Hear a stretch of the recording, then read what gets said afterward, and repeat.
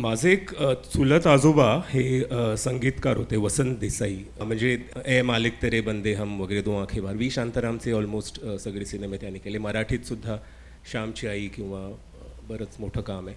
पण त्या काळी सिनेमा हा काय फार चांगला म्हणजे प्रतिष्ठित मानलं जात नव्हतं. त्यामुळे त्याच्या पुढच्या पिढींमधलं कोणीच सिनेमात गेलं नाही. पण ते कसं तरी मला माहीत नाही माझ्यात आलं पुन्हा. आणि माझं शिक्षण खरं कॉम्प्युटर इंजिनियर आहे. मी कॉम्प्युटर इंजिनियर हो, नाईलाजाने. म्हणजे मला जे स्कूल ऑफ आर्ट्समध्ये माझं सिलेक्शन झालं होतं, एंट्रन्स एक्झाम होती. बरं. फाईन आर्ट्स करायचं होतं मला. बाकी मी नाटकात वगैरे काम करायचो. मी हल्ली बोलत नाही कुठे, पण मी नाचायचो. आणि मी शामकदावरच्या ट्रूपमध्ये होतो तेव्हा. हो. आणि तेव्हा मी सिनेमाचे मागे ज्युनियर डान्सर्स असतात ना, जे त्यांना एक्स्ट्रा म्हणतात, किंवा तसं मी काम केलंय काही सिनेमात. बरं. तर तेव्हा मला थोडंसं आकर्षण निर्माण झालं. इंजिनिअरिंग चालू असताना मग खूप नाटकं करायला लागलो. सेमी प्रोफेशनल स्टेज करत होतो. मॉडेलिंगचे काही हे आले, मग ते करायला लागलो. करता करता मी एक ॲड केली. असेच ऑफर, कॉलेजचा रॅम्प शो होता आणि त्याने मला ॲडसाठी बोलवलं आणि मी गेलो. आणि मला त्या माध्यमाबद्दल एक कुतूहल निर्माण झालं की पडद्यामागे कॅमेऱ्याच्या मागे काय होतं. आणि मी त्यांच्या डिरेक्टरला म्हटलं की मला जरा हे समजून घ्यायचं आहे, मी तुमच्याबरोबर जरा राहिलो तर चालेल का. मग मी त्यांच्या बाकीच्या शूटवर पण जायला लागलो आणि हळूहळू त्यांना असिस्ट करायला लागलो. आणि हे जेव्हा माझं सेकंड इयर चालू होतं, म्हणजे आय थिंक दिस इज 2006, 5-6 वगैरे. तर तेव्हा खूप म्युझिक व्हिडिओज वगैरे हा प्रकार खूप प्रसिद्ध होता. तर ते 1-2 दिवसाचं शूट असायचं, ॲड्सचं 1-2 दिवसाचं शूट असायचं. मी कॉलेज सांभाळून करायचो.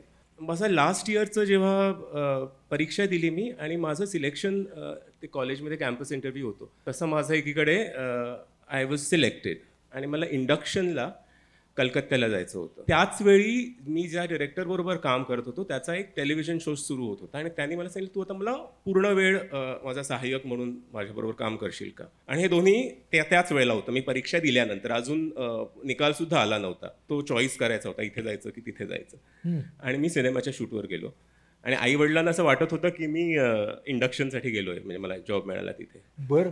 आणि 1.5 महिन्यानंतर जेव्हा मी परत आलो तेव्हा त्यांना कळलं की हा तिथे गेलाच नाही जिथे त्याला नोकरी मिळाली आहे तिथे. मग काय म्हणाले ते? नाही, ते रागवले वगैरे, पण हे सुद्धा कळून चुकलं की आता हा निसटला हातात. म्हणजे कारण इंजिनिअरिंग झाली होती. मग मी तिथे पूर्ण वेळ मी असिस्ट करायला लागलो. मला मग त्याच्यात तंत्रशुद्ध शिक्षण घ्यायचं होतं. तेव्हा FTII वगैरे सारखे काही पर्याय होते. FTIची एक्झाम दिली 2दा आणि माझं सिलेक्शन झालं नाही. बरं. ते सगळे त्याचे बरेच स्टेजेस असतात. म्हणजे एक एंट्रन्स एक्झाम असते, मग ओरिएंटेशन असतं, मग इंटरव्ह्यू असतो. तर मी फायनल इंटरव्ह्यूपर्यंत जायचो. पहिल्या वेळेला मला सांगितलं की अरे तू तर इंजिनियर आहेस, तुगाच इन्फॅच्युएशन आहे हे, तुला काय तू सिरियस नाही आहेस याबाबत, तुला 2-3 वर्षात तुझा हा हुरूप निघून जाईल, मग तू गपचूप जाऊन इंजिनिअरिंग करशील पुन्हा. तर तू थोडा वेळ घे, थोडं काम कर, मग समजून घे हे तुला जमतंय का, हे तुला खरंच करायचं आहे का, मग तू आमच्याकडे ये. तर मग मी ॲक्च्युली एक पूर्ण वर्ष काम केलं. पुढच्या वर्षी मी पुन्हा अप्लाय करू, पुन्हा मी त्या पॅनलसमोर बसलो इंटरव्ह्यूला. बरं. यावेळी त्यांनी मला सांगितलं की अरे तुला तर खूप जास्त अनुभव आहे, तुला काय गरज आहे इथे यायची, आणि तू मुंबईत राहतोस आता, तर तू आणखीन 2-3 वर्ष काम कर, मग तू हळूहळू इंडिपेंडंट डिरेक्टर होशील. तर मी म्हटलं पण मागच्या वेळेला मी आलो तेव्हा तुम्ही उलटं सांगितलं, तुम्ही सांगितलं जा काम कर, अनुभव घे आणि मग ये. आणि मी तेच केलं आणि आता तुम्ही सांगता खूप अनुभव झाला, आता कशाला येतोस म्हणून. पण अर्थात त्यांनी मला त्याही वर्षी सिलेक्ट केलं नाही. पण तेव्हा त्याच वर्षी मी बाहेर अप्लाय केलं होतं, त्याच्या आदल्या वर्षी पण केलं होतं. पण ह्या वर्षी मी सिलेक्ट झालो आणि मला स्कॉलरशिप मिळाली न्यूयॉर्कला मास्टर्स करायला फिल्म्समध्ये. अर्थात त्यावेळी हे कोणाला माहीत नव्हतं. म्हणजे माझ्या वर्गातली बरीच मुलं बाहेर MS करायची, पण मी arts, fine arts, film, media हे शिकायला कोण बाहेर जायचं नाही. म्हणजे मुळात हे शिकलं जाऊ शकतं किंवा असे काही कोर्स, हे सुद्धा हळूहळूच लोकांना कळायला लागलं होतं त्यावेळी. एक तुम्हाला पोर्टफोलिओ बनवावा लागतो तुमच्या कामाचा. तर मी शॉर्ट फिल्म्स वगैरे बनवलं. आम्हीच तेव्हा फोनवर पण कॅमेरे नव्हते, पण ते छोटे लग्न वगैरे तुम्ही शूट करता ते कॅमेरे असायचे. तर त्याच्यावरती शॉर्ट फिल्म्स वगैरे करून त्या एडिट करून आणि त्या शोरीलवर माझं सिलेक्शन झालं तिथे. आणि मी अमेरिकेत गेलो, तिथे मी मास्टर्स केलं. मला वाटत होतं की मी त्याच्या आधी मी 1-1.5 वर्ष काम केलं होतं इंडियात. मला वाटलं की आता मला येतं, आणखीन मी 2-3 वर्षांनी मला समज आहे, मुळात मी काम करायला लागेन. तिथे गेल्यावर मला काहीच येत नाही. इथे मी नाही म्हटलं तरी एक प्रिव्हिलेज्ड वर्गातला होतो. म्हणजे इकडचा अर्जुन तिकडचा एकलव्य झाला. कारण तिकडे त्यांना हा कोण बाहेरून येतोय आणि हा आमच्या स्कॉलरशिप म्हणजे त्यांचा पैसा ना, म्हणजे आमच्या पैशावर हा कोण फॉरेनचा विद्यार्थी. आणि मी आणि एक जॅपनीज विद्यार्थिनी होती, आम्हाला दोघांना स्कॉलरशिप होते आणि आम्ही दोघंही नॉन अमेरिकन होतो, बाहेरचे होतो. म्हणून त्यांना वाटायचं आमच्या रिसोर्सेसवर येऊन ही लोक शिक्षण घेतात वगैरे. ती सगळी उपेक्षा होती. आणि स्कॉलरशिप तुमच्या ट्युशनची काळजी घेते, पण राहणं खाणं एकूणच खर्चिक आहे, मग तिथे नोकरी करायला लागते वगैरे. माझा एक फार मोठा अपघात झाला, हिट अँड रन ज्याला म्हणतात, की मला एका गाडीने उडवलं मी रस्ता क्रॉस करत असताना. मी 3 आठवडे हॉस्पिटलमध्ये होतो, 3 महिने मी व्हीलचेअरवर होतो. And it was almost a close to death experience. म्हणजे माझी ह्याचीच मी ॲक्च्युली हे सुद्धा त्यानंतरच केलं. म्हणजे सर्जरी झाली तेव्हा मी जे शेव केले होते केस त्यानंतर ते वाढवलेच नाहीत. तर गुडघ्याची सर्जरी झाली होती, शोल्डरची सर्जरी झाली होती. आणि मी फार म्हणजे वाचलो हेच फार मोठी गोष्ट होती. म्हणजे कारण पैसे नव्हतेच, इन्शुरन्स वगैरे म्हणजे ज्यांना नोकरी नसते त्यांना तिथे एक मेडिकेड म्हणून प्रकार असतो, पण तो काय एवढं पैसे देत नाही वगैरे. तर त्याने हार्लेमच्या पब्लिक हॉस्पिटलमध्ये मी होतो. आणि मला नंतर खूप वर्षांनी एकदा नायना डॉक्टर अभयबंग म्हणाले होते की काय ना, एकदा मृत्यू खूप जवळून पाहिला की मग जगण्याला एक वेगळा कैफ येतो. मला वाटतं त्याच्यानंतर माझ्या लिखाणात, माझ्या कामात एक वेगळ्या प्रकारची ग्रॅव्हिटी आली. त्याला इट वॉज रिफाईंड. तेच मी तोच होतो, पण एक हा माझ्या आयुष्यातला अध्याय झाला. आणि त्याच्यानंतर मला वाटतं माझंच सगळीकडे बघण्याचा एक दृष्टिकोन बदलला. म्हणजे तू तो कोर्सही पूर्ण केलास, मग इंटर्नशिप केलीस तिकडे, बरोबर? मी इंटर्नशिप सोनी कोलंबियाला, मी LA होतो 1-1.5 वर्ष पुन्हा. पण परत काय होतं, ते इंटर्नशिप करताना मला कळलं की this is the business side of film making. म्हणजे मी इंटरनॅशनल डिस्ट्रीब्युशन अँड एक्झिबिशनमध्ये होतो आणि ते मला करायचंच नव्हतं. मला लिहायचं होतं, मला दिग्दर्शन करायचं होतं. तो माझा मूळ पिंड होता. त्याच्यासाठी मी कम्प्युटर इंजिनिअरिंग सोडून इथे आलो आहे. मग आता परत इथे मी सिक्युरिटीसाठी का जॉब करू तेव्हा एक माझ्या गोष्ट वाचनात आली होती, महेश केळुसकरांची एक दिवाळी अंकातली गोष्ट होती. तर ती एक राजकीय पत्रकार पॉलिटिकल जर्नलिस्ट याच्या नजरेतून तो एका समाजाकडे पाहतोय. आणि मला ती फार भावली होती. आणि कुठेतरी as a person you are affected by the situation around you, the reality around you. आणि तुमचं काम हे त्याला रिॲक्शन असतं. आणि मला वाटलं ह्या गोष्टीमध्ये मला असं काहीतरी सापडतंय. My sensibilities were getting formed at that same time. मला वाटतं मी परत आलो आणि मी निर्माणच्या एका वर्कशॉपचं, ते पण फार म्हणजे कारण तिथे सगळे डॉक्टर होते आणि फिल्म मेकरने कशाला निर्माणला जायचं. पण तेव्हा एक निर्माणची बॅच निघाली होती आणि ते इंटर्नशिप करत होते. ते नायना मला म्हणाले की तू ह्यांचा जो प्रवास आहे फेलोजचा, त्यांना 1 वर्षाची फेलोशिप होती. ते वेगळ्या वेगळ्या महाराष्ट्रातल्या भागांमध्ये वेगळ्या वेगळ्या प्रश्नांवर वेगळ्या वेगळ्या ग्रुप्सबरोबर काम करत होते. तर तू ह्यांचा प्रवास डॉक्युमेंट का नाही करत एका डॉक्युमेंटरीच्या माध्यमातून. आणि मी माझं मुळात हे जो पिंड आहे तो फिक्शनचा आहे. म्हटलं डॉक्युमेंटरी मला तर माहीत नाही मला म्हणजे येईल का नाही. पण मला त्यांच्याबरोबर ह्या मुलांबरोबर मी फिरलो, त्यांच्याशी संवाद साधला. मला वाटलं मला काहीतरी सापडत होतं. मला वाटलं ही लोकं एक काहीतरी बाहेर बदल घडवत आहेत, पण तो बदल घडवताना एक बदल त्यांच्या आत घडतोय. तर हा काही विषय होऊ शकतो का ह्या सिनेमाचा किंवा ह्या डॉक्युमेंटरीचा. आणि हे वेगळ्या वेगळ्या प्रश्नावर काम करत होते. म्हणजे कोण इरिगेशनवर काम करत होता, कोण शिक्षणावर काम करत होता, कोण माल न्यूट्रिशनवर काम करत होता. त्या डॉक्युमेंटरीच्या अनुषंगाने खूप फिरणं झालं. मी तेव्हा नर्मदा बचाव आंदोलनाच्या जीवनशाळेच्या पण काही प्रक्रियेमध्ये सामील होतो. अशा वेगळ्या वेगळ्या ह्याच्यामध्ये करताना कुठेतरी माझी सेन्सिबिलिटी घडत होती असं मला वाटतं. आणि मला कायम असं वाटतं की सिनेमा हे it's not a medium to preach. तुम्ही लोकांना लेक्चर देऊ नका. लोक आधीच थकले आहेत आणि आपला समाज गोष्ट वेल्हाळे. त्यांना गोष्टी सांगा, त्यांना गोष्टीच्या माध्यमातून जर काय शिक्षण होत असेल, प्रबोधन होत असेल तर ठीक आहे. हे जे काय तुम्ही पाहताय तुमच्या आजूबाजूचं भोवताल, त्यातनं जे इन्फॉर्मेशन आहे, that information adds to your knowledge, that knowledge becomes wisdom and that wisdom is transformed into behaviour. कला ही या बिहेवियरमधनं येते. माझं असं स्पष्ट मत आहे. आणि हे अजून इव्हॉल्व्ह होतंय. हे मी कायम म्हणतो की मला जे काल वाटतं ते मला आज कदाचित वाटत नाही आणि उद्या आणखीन वेगळं वाटेल, पण इट्स फाईन. म्हणजे आता तर मला असं वाटतं डॉक्टर की कला ही कॉन्शियसली नसतेच. कला works on a very subconscious level. करणाऱ्याच्या सुद्धा आणि बघणाऱ्याच्या सुद्धा. आणि बघणाऱ्याच्या तर अर्थात, कारण मी जसं म्हणतो बघणाऱ्याला इतकी सगळी माध्यमं टपापलेली आहेत त्याला कॉन्शियसली त्याच्यामध्ये इन्फॉर्मेशन बंबार्ड करण्यासाठी. त्यामध्ये तो असं काहीतरी शोधतोय जे त्याला शिकवत नाही. माणसाची मैत्री का होते? कारण सगळे बाकी त्याला शिकवत असतात, एक मित्र शिकवत नाही त्याला, मित्र त्याच्याशी मैत्री करतो. तुमचं जे काय ज्ञान आहे, तुमचं जे काही विजडम आहे, किंवा तुम्हाला जे काय वाटतं मला हे लोकांना सांगायचं आहे ते विसरा आधी. तुम्ही त्यांना काही सांगायचं नाही, तुम्ही you are nobody to teach them. Right. So first त्या पायरीवरनं खाली उतरा, मग हे इंटरनलाइज करून तुम्ही तुमच्या आजूबाजूची गोष्ट शोधा. आणि जर ते तुम्ही व्यवस्थित इंटरनलाइज केलं असेल तर ते तुम्हाला तुमच्या गोष्टीमध्ये सापडेल, ते प्रत्येक गोष्टीमध्ये सापडेल. म्हणून मी म्हणतो कुठलाही चांगला सिनेमा किंवा कुठलंही चांगली कला, अभिजात कला, ह्याच्या आतमध्ये एक सामाजिक भान दडलेलं असतंच. ते वेगळं काही येत नाही, ते वेगळं असूच नाही. इनफॅक्ट ते वेगळं असलं की त्याच्यात त्याला प्रपोगंडाची धार असते, ते प्रचारकीय होईल, ते प्रचारकीय होते. मग आपण आजकाल जे असे काही सिनेमे येतात प्रपोगंडाचे, आपण म्हणतो ना हे काय, हे किती, म्हणजे आता मी नावं घेत नाही, पण आता असंच खूप झालंय की हा म्हणजे आता ह्यांची बाजू मांडा, मग त्यांनी असा सिनेमा बनवायचा तो त्यांची बाजू मांडणार. पण all this is propaganda. This is not a story. A story is something जे मला अनुभव देतं. It gives me an experience, आणि त्यातनं मी माझं काय ते इन्फर करतो. माझं जे काय मला त्यातनं मिळायचं आहे ते मी शोधतो आणि ते मी समजतो. आणि तो जे माझं शिक्षण असतं ना ते जास्ती टोकदार असतं, शेकडो शब्द वाचल्यापेक्षा, शेकडो शब्द ऐकल्यापेक्षा. मी लहान असताना ना आमच्या घरी एक डोमेस्टिक हेल्प म्हणून काम करायला एक बाई यायची. तिच्या मुलाचं नवीनच लग्न झालं होतं. ती 2-3 घरात काम करायची आमच्या सोसायटीमध्ये, आणि नंतर ती तिथेच कुठेतरी घुटमळत राहायची सोसायटीच्या. तर एकदा माझ्या आईला ती दुपारी भेटली कुठेतरी. म्हटलं तुझी झाली ना कामं, आता दुपारी काय करते, घरी जा ना इथे. तर ती म्हणाली नाही काय, माझ्या मुलाचं लग्न झालं आहे ना ताई आता, तर ती त्याला बायको आणि मुलाला थोडी जागा देते घरी, म्हणजे शी इज गिव्हिंग दॅम प्रायव्हसी. कारण एका खोलीच्या घरात ते राहतात.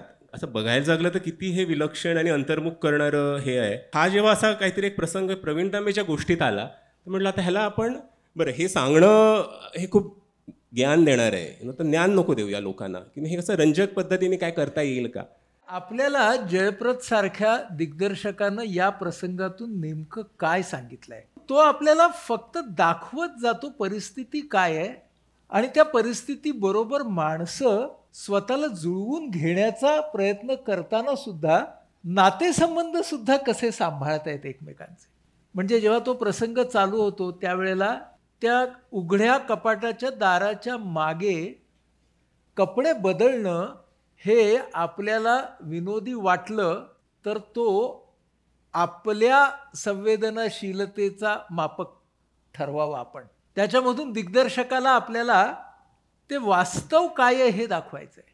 त्या घरामध्ये जागा किती कमी आहे, माणसं किती जास्त आहेत, आणि तो जो 2 चिठ्ठ्यांचा खेळ आहे तो खेळ नाही आहे मित्र. तो वैयक्तिक अवकाश, स्पेस, जागा ही कशी मिळत नाही त्या महानगरातल्या आयुष्यात, त्याच्यावरचं भाष्य आहे. हा सिनेमा कशाबद्दल तर स्वप्नांचा आहे. म्हणजे मी इंग्लिशमध्ये म्हणतो dreams don't come with an expiry date. वयाच्या 41व्या वर्षी ह्यांनी इंटरनॅशनल क्रिकेटमध्ये डेब्यू केला. आयुष्यात तो कधीही national level, Ranji level, under-19 असलं फर्स्ट क्लास क्रिकेट काहीही खेळला नव्हता. पण तो नेटाने ते स्वप्न बघत राहिला, मेहनत करत राहिला, आणि 41व्या वर्षी हे झालं. आणि हे आपण सगळे प्रवीण तांबे आहोत. म्हणजे आपण क्रिकेटच खेळलं पाहिजे असं नाही, पण आपल्या आपल्या आयुष्यात, आपल्या आपल्या व्यवसायात आपण सगळे, all of us have this one impossible dream, जी आपण एक वेळेला येऊन सोडून देतो की नाही आता नाही होणार आहे, काय झालं म्हणजे आता मुलांकडनं करू, मुलाला शिकवू, मुलाला ॲक्टर बनवू, मुलाला अमुक करू. तर तसं नसतं. Dreams don't come with an expiry date. मनुष्य जो असतो ना, द ह्युमन आय, ह्याची काय एक सवय, विलक्षण आपला गुणधर्म आहे की आपल्याला 2 चित्र दाखवली की आपण त्या चित्रांमध्ये एक गोष्ट शोधतो, आपण एक प्रोग्रेशन शोधतो ह्या चित्रातून ह्या चित्रात आपण, आणि मग आपण एक तिसरं चित्र आपल्या मनामध्ये उमटतं जे ह्याची पुढची गोष्ट सांगतं, आणि मग मी चौथंच काहीतरी देतो आणि ती गोष्ट फिरवतो, आणि मग तो बघणाऱ्याला थोडा वेळ लागतो ह्या नवीन रियालिटीशी स्वतःला रिअलाईन करायला. आणि हीच गंमत आहे, you are playing with the perception of the audience. तुम्ही चित्र माध्यमांनी तुम्ही खेळताय लोकांच्या आणि त्यातनं एंगेज होतो माणूस. तर हे सिनेमाचं माध्यम आहे, ही सिनेमाची कला आहे. अगदी बरोबर. आता मुखबिरीकडे जाऊया. हो, मुखबीर ही एक C5 साठी वेब सिरीज आहे. आता हा एकदम वेगळा विश्व आहे. सिनेमाची गंमत ही असते की तुम्ही प्रत्येक तुमच्या सिनेमातनं तुमचा एक पुनर्जन्म होत असतो. तसं हा जेव्हा मुखबीर आला तेव्हा मुखबीर वॉज अ स्पाय थ्रिलर. परत मला त्या स्पाय थ्रिलरच्या आतमध्ये जी त्याचा जो आत्मा होता ना, ती a man tone between his duty and his love किंवा ह्याच्यामध्ये हे मला फार त्याच्यात गंमत वाटली. पण it's a spy thriller. It is set against the 1965 Indo पाक वॉर. जो पहिला स्पाय भारताने पाकिस्तानला पाठवला आणि त्यांनी अशी काही क्रुशियल इन्फॉर्मेशन आणली ज्याच्यामुळे 65चं वॉर आपल्याला जिंकणं शक्य झालं. तर तो एका पाकिस्तानच्या एका मुस्लिम फॅमिलीमध्ये जातो. एक त्यांना तो फसवतच असतो. He is conning them. आणि कशासाठी फसवत असतो तर देशासाठी. त्या फॅमिलीचा इतका विश्वास बसतो त्याच्यावरती की ती आजी सांगते की मी मेल्यावरती माझ्या जो आबे जमजम जे आपल्यात गंगाजल घालतात मनुष्य मेल्यावरती, तर मेरे मुंह में आबे जमजम तूही डालेगा. आणि जेव्हा ही फॅमिली इतका विश्वास ठेवते आणि ह्याला कळतं आणि मी काय करतोय ह्या कुटुंबाबरोबर, हे नाट्य आहे ना. हे नाट्य. तर नाट्य लोकांना गुंतवतं. हे जेव्हा when there is an argument where both sides are equally strong, then there is drama. जर एक माणूस बरोबरच असेल आणि दुसरा माणूस चुकीचाच असेल तर त्यात नाट्य कुठे? तुम्ही गोष्ट सांगताना ते शोधत असता आणि जेव्हा ते लोकांना सापडतं तेव्हा लोक त्यातनं जे आपण मगासपासून जे आपल्या लोकांना सांगायचं आहे, लोकांना समजवायचं आहे, ते आपोआप घेतात आणि ते स्वतः घेतात. आणि ती जी डिस्कवरी असते ना की हे मी शोधलं, हे मला कोणी सांगितलं नाही, त्याच्यात जास्ती प्रोप्रायटरीशिप असते, ओनरशिप असते. कारण ते तुमचं असतं. हे मैं सीखा हूं, हे माझं शिक्षण आहे, हे मला कोणी सांगितलं नाही, हे उसनं नाही आहे. त्यामुळे कला ही तुम्हाला ती ओनरशिप घ्यायचा वाव देते. एका बाजूने बघा तुझी कलाकार म्हणून एक सेन्सिटिव्हिटी आहे आणि दुसऱ्या बाजूला आम्ही प्रेक्षक, आमची पण एक इमोशनल सेन्सिटिव्हिटी आहे. या दोघांच्या मध्ये नातं कसं निर्माण होतं? You surrounded by a reality. तुम्ही जेव्हा तेच तुमच्या सिनेमामध्ये शोधता आणि त्याला मी नुसतं एक्सटिरियर म्हणत नाही, म्हणजे की कोणासारखे कपडे घातले किंवा कोणासारखी भाषा बोलला ते नाही, पण त्याचे अंतरंग जेव्हा तुम्ही तुमच्या की माझी आई अशीच आहे, माझी बायको पण अशीच किटकिट करते पण खूप प्रेम करते, हे जेव्हा तुम्ही त्यांच्यामध्ये शोधता ना तेव्हा ऑडियन्स त्याच्याशी कनेक्ट होतं. You are giving them a leap of their own life. ते जे अर्धवट आयुष्याचं पान तुम्ही त्यांना पुन्हा देत असता आणि ते त्यांना जेव्हा आपलंसं वाटतं, ते जेव्हा त्यांना नवीन वाटतं की अरे हे बरोबर आहे कारण हे माझंच आयुष्य आहे, तेव्हा तो त्यांच्यासाठी परिपूर्ण असा अनुभव असतो. म्हणजे आपण काय करतो ना, आपण we are too aware of the craft of making films आणि आपण त्याच्यात हरवतो आणि तीच तुमची ग्रोथ असते. हळूहळू ती टेक्निक तुमच्यासाठी महत्त्वाची राहत नाही. ती टेक्निक हे एक साधन आहे, साध्य गोष्ट सांगणे. तू जे म्हणतोयस की पहिल्यांदा तुझ्या मनामध्ये तंत्र दाखवणं, म्हणजे मी हे शिकून आलोय, हे तंत्र बघा असं असायचं. आता ते तंत्र हळूहळू त्या गोष्टीच्या फ्लोमध्ये आपोआप विरून जातं. ते अंतर्गत असतं, ते आहेच तिकडे, पण ते आता तुम्हाला जर दिसत असेल तर तो इट्स माय फेल्युअर. जर तुम्हाला टेक्निक एडिटिंग दिसलं की काय एडिटिंग आहे, नाही एडिट असं की सिमलेस दिसतच नाहीये, कधी कट झालं मला कळलंच नाही, ते वाहत गेलं. So technique has by the virtue of it has to be invisible. म्हणजे जो चित्रपट हे टीमवर्क आहे, त्याच्यामधल्या प्रत्येक डिपार्टमेंटमधला जो कलाकार आहे त्या सगळ्यांची कला जेव्हा एका अर्थानं वैयक्तिकपणे दिसेनाशी होते. अगदी बरोबर. आम्ही हे ॲक्टरच्या चं उदाहरण आहे ना, त्याच्यामध्ये हे जास्ती स्पष्ट होतं की बघा की ॲक्टिंग म्हणजे काय, की आम्ही असं म्हणतो की just because I say action you don't have to do anything. आपल्याला ॲक्शन आणि कटमध्ये नाही होत ना सिनेमा. तो जेव्हा तुमचा स्वभाव होतो, तो इतकं जेव्हा पात्र इंटरनलाइज होतं, ते तुमच्यात इतकं विरून जातं की ते तुमच्या व्यवहारामध्ये आपोआप येतं. So that is what you sick. हे तुम्ही करू पाहता, हे दरवेळेला होतं असं नाही. हे सगळं मी म्हणतोय डॉक्टर. कला ही अशी गोष्ट आहे की हे सगळं म्हणण्यावर हे सगळं चुकू शकतं. म्हणजे हे मी सगळं बोलतोय पण तीच त्याची मजा पण आहे. म्हणजे मी उद्या माझा एक सिनेमा येईल आणि तुम्हाला हे तुम्ही सगळं बोलत होताय दिसत तर काय नाही सिनेमात, तर ते खरं आहे कारण मी चुकलो, हे नाही जमलं, 10 गोष्टी जशा जशा होत्या त्या तशा नाही झाल्या, ते डोक्यात होतं ते उतरल्या नाही, यु नो. तर हे वेगळ्या वेगळ्या लेवलवरती उतरत असतं, वेगळ्या वेगळ्या लेवलवर लोकांना समजत असतं. तुम्ही प्रयत्न करता. आपल्या संविधानामध्ये ना अभिव्यक्ती स्वातंत्र्य आहे आणि मला एक्सप्रेस करायचं आहे, स्वतःला व्यक्त व्हायचं स्वातंत्र्य आपल्याला दिलं आहे. तर कलाकाराचं अभिव्यक्ती स्वातंत्र्य म्हणजे त्याने काय दाखवावं, प्रेक्षकांचं स्वातंत्र्य म्हणजे त्यांनी काय पाहावं, त्याच्या मर्यादा काय असतात, त्या कोणी ठरवावं. रूढ अर्थाने मला वाटतं मर्यादा काही असू नयेत. मुक्त असणं आणि मोकाट असणं वा, याच्यामध्ये एक फरक आहे. परत मी हे एक्सप्लेन करताना गोष्टीचाच आधार घेतो हो, की त्याला गोष्ट आहे का, की तुम्हाला तावातावाने एवढं काय सांगायचंय की ते गोष्टीपेक्षा मोठं आहे, तर मग तो प्रपोगँडा आहे, मग ते मोकाट आहे. मग ते मोकाट आहे. I should not have any problem with your ideology. तुम्ही जर असं एक पात्र माझ्यासमोर उभं केलं की ते असं 3 डायमेन्शनल आहे, तर त्याची आयडिओलॉजी जरी थोडीशी पॉलिटिकली रॉंग असली तरीसुद्धा जर ते कॅरेक्टर म्हणून 3 डायमेन्शनल आहे, कारण ते प्रेम तेवढ्याच मनापासून करतं ना. कधी कधी आपले काका असतात जे थोडेसे अशा विचाराचे असतात, पण ते काका म्हणून चांगलेच असतात. आपण कधी कधी इथे फसतो की आपण असं खूप ब्लॅक आणि व्हाईट करायचा प्रयत्न करतो, you know. All of us are grey. If we can actually manifest that greyness that all of us poses, then it is all right. मर्यादा असाव्यात असं मला वाटत नाही. ओके, पण ते मोकाट नसावं आणि त्याला एक गोष्टीचा कोर असावं, त्याला एक कारण असावं, त्याला एक मोटिवेशन असावं. हा असा काय, कारण तो तसा झाला होता आणि त्याच्याबरोबर असं घडलं होतं आणि म्हणून तो आज असा आहे, पण उद्या काहीतरी त्याच्याबरोबर होईल आणि म्हणून तो परत असा होईल.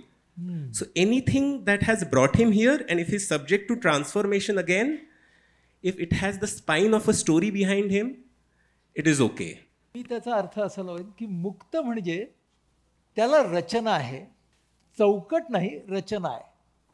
आणि ज्याला तू मोकाट म्हणतोस त्याला रचनाच नाहीये. आणि ते तुम्हाला बघताना दिसतं. म्हणजे मला असं पात्र जे नुसतं एकांगी आहे आणि देर इज नो जस्टिफिकेशन की तो असा काय आहे आणि तो असा का वागतो, तो मला पटत नाही. I don't identify with him. The goal behind any art is to find truth. सत्य शोधत असता तुम्ही, हो, किंवा सत्याचा अंश तरी त्याच्यात असतो. हां, एक्झॅक्टली. माणसं वाईट असतात का? हो, वाईट असतात. पण फक्त वाईट असतात का? ते नसतात. सत्य शोधताना मला जर हे सापडलं की तो थोडासा वाईट आहे पण मी पण थोडासा वाईट आहे, त्यांनी जर तुम्हाला थोडासा आरसा दाखवला ना, तर इट इज व्हॅलिड. हा, आणि तेच कलेचं काम आहे. एक्झॅक्टली. मग आता आपण जी संविधानिक मूल्य म्हणतोय ना, स्वातंत्र्य, समता, बंधुता, सिनेमा माध्यमातून या गोष्टींनी कसं प्रगट व्हावं? ते जगून तुम्ही ते आयुष्य जगा ज्याच्यामध्ये बंधुता आहे, ज्याच्यामध्ये न्याय आहे, ज्याच्यामध्ये इक्वॅलिटी आहे, आणि ते जसं तुमच्या बिहेवियरचा भाग करा ते तुमच्या आणि ते कलेत तुमच्या येईल. गोष्टीमध्ये आपोआप येईल. आणि मी त्याला संविधानिक पण म्हणत नाही, मी त्याला मानवी मूल्य म्हणतो. अगदी अगदी कारण शेवटी ही संविधाने मानवी मूल्यावरच आधारित आहे ना. अगदी बरोबर. तर जेव्हा कुठलीही अभिजात कला असते त्याला एक मानवी मूल्यांची झालर असतेच. कलेची एक फार गंमत आहे आणि मी हे कायम उदाहरण सगळ्यांना देतो. ती तुम्ही जशी ती बनवत असताना तीही तुम्हाला घडवत असते. If you are honest, a film tells you how to make it. तुम्ही कविता जेव्हा लिहिता, तुम्ही जेव्हा गाणं लिहिता ना, तेव्हा तुम्हाला ते सांगतं की दिस इज ही मी आहे, आणि तू खोटा नसं नाही वागलास तर तुला बरोबर मी जे कोण आहे ते दिसणार आहे. त्यामुळे it teaches you. You just have to be humble आणि लिसन टू इट. आणि हे इतकं कठीण नाही आहे. म्हणजे द बिग थिंग इज की तुम्हाला सगळा डोंगर एका वेळीच नाही चढायचं आहे ना. You have to take one step at a time. आज एक अर्थपूर्ण महत्त्वाचं पाऊल टाका आणि हळूहळू ते सोपं होत जाईल. जसं स्टॅनिस्लॅव्स्की म्हणतो की the difficult becomes simple, the simple becomes habitual and the habitual becomes beautiful. वा, जे कठीण आहे ते सोपं होतं, जे सोपं आहे ते सवयीचं होतं, आणि जे सवयीचं आहे ते सुंदर होतं. सो तो सुंदर करूया. खरा कलाकार जो असतो त्याला 2 गोष्टी आवश्यक असतात. त्याला एकतर स्वतःमधलं काहीतरी नवीन त्या प्रवासामध्ये समजून घ्यावं लागतं, आणि स्वतःमधलं समजलेलं त्या व्यक्तिरेखांच्या, त्या गोष्टीच्या लयीच्या माध्यमातून तुमच्यापर्यंत पोचवावं लागतं. या दोन्ही गोष्टी जेव्हा मिळून येतात तेव्हा ती कलाकृती फक्त त्या कलाकाराची राहत नाही, ती सगळ्यांची बनून जाते. आणि म्हणून आपल्याला असंही म्हणता येईल की संविधान सुद्धा ही आपल्या सगळ्यांची कलाकृती आहे. ती काही जणांनी रंगवली, काही जणांनी फुलवली, पण आता ती आपल्या सगळ्यांची आहे. जे संविधानाबद्दल खरं तेच सगळ्या कलाकृतींबद्दलही खरं.